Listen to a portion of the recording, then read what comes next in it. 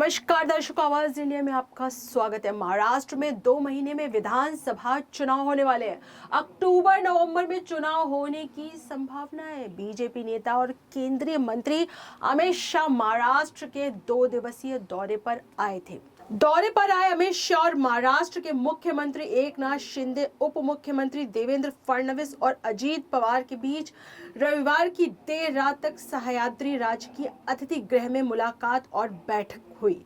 वहीं सूत्रों से मिली जानकारी के अनुसार बैठक में शिंदे, शिवसेना और राष्ट्रवादी कांग्रेस पार्टी की ओर से हाल ही में दिए गए विवादास्पद बयानों पर भी बड़ी चर्चा हुई। बैठक में अमित शाह द्वारा बीजेपी नेताओं को सार्वजनिक विवादों से बचने के निर्देश दिए गए।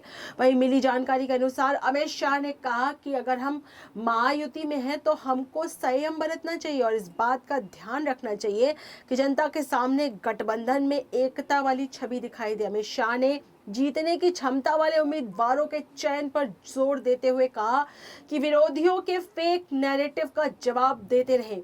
बीजेपी के आंतरिक सर्वे पर भी ध्यान दिलाया। अमित शाह ने बीजेपी नेताओं को राज्य सरकार द्वारा लिए गए फैसलों और योजनाओं को ज्यादा से ज्यादा लोगों तक पहुंचाने का आदेश दिया। साथ ही बीजेपी के जिन विधायकों का प्रदर्शन संतोषजनक नहीं है, ऐसी सीटों पर उचित फैसला लेने की बड़ी हिदायत दी। आमचे राष्ट्रीय अध्यक्ष तथा उपमुख्यमंत्री अजितदादा, राष्ट्रीय कार्याध्यक्ष प्रफुल्लभाई पटेल ची प्रदीर्घ चर्चा त्या ठिकाणी झाली। आगामी येणाऱ्या विधानसभाच्या निवडणुका असतील, निवडणुकीला सामोरं जाण्यासाठी समन्वयाच्या माध्यमातून एकत्रितपणाने महायुती अधिक बळकट कशी करता येईल या दृष्टिकोनातून आम्ही अमितभाईंच्याजवळ त्या ठिकाणी चर्चा केली। त्याने अतिशय सकारात्मक पद्धतीचं मार्गदर्शन आम्हाला सर्वांना त्या ठिकाणी केलेलं आहे। जागा वाटपांचं काही सूत्र ठरलंय का? कारण ज्या पद्धतीने चर्चा होत्या की 60पेक्षा जास्त जागा कुठेतरी राष्ट्रवादी लढू शकते किंवा त्याचा प्रस्ताव असू शकतो, एकनाथ शिंदेच्या 60-65 जागांचा प्रस्ताव असू शकतो, अशी चर्चा। जागा वाटपावरती चर्चा होत असतानाच एवढ्याच चर्चा त्या ठिकाणी बरेच झाली की सन्मानपूर्वक जागा वाटप त्या ठिकाणी निश्चितपणाने होईल आणि या संदर्भामध्ये स्वतःच अमितभाई आवश्यकता असेल त्यावेळेला निश्चितपणाने वेळ त्या ठिकाणी देतील। सर, सध्या बारामतीमध्ये एक पत्र व्हायरल झालेलं आहे। पत्राचा आशय असा आहे की वहिनींना पाडला तर दादांना पाडायचं काय, आणि हे जे पत्र आहे ते गब्बर नावाने कुठेतरी लिहिलेलं आहे। सोशल मीडियावरती सध्या या पत्राची खूप मोठ्या प्रमाणामध्ये चर्चा झाली आहे। विधानसभेमध्ये वेगळा निकाल पाहायला मिळेल किंवा काही वेगळं घडतं असं वाटतं तुम्हाला? नाही, हे पत्र मी पाहिलेलं नाही आणि मी वाचलेले नाही। एक बाब नक्की आहे की आदरणीय दादांनी 1988-89 पासूनच बारामतीचा चेहरा मोहरा बदलण्यामध्ये मोठ्या प्रमाणावरती योगदान त्या ठिकाणी दिलं।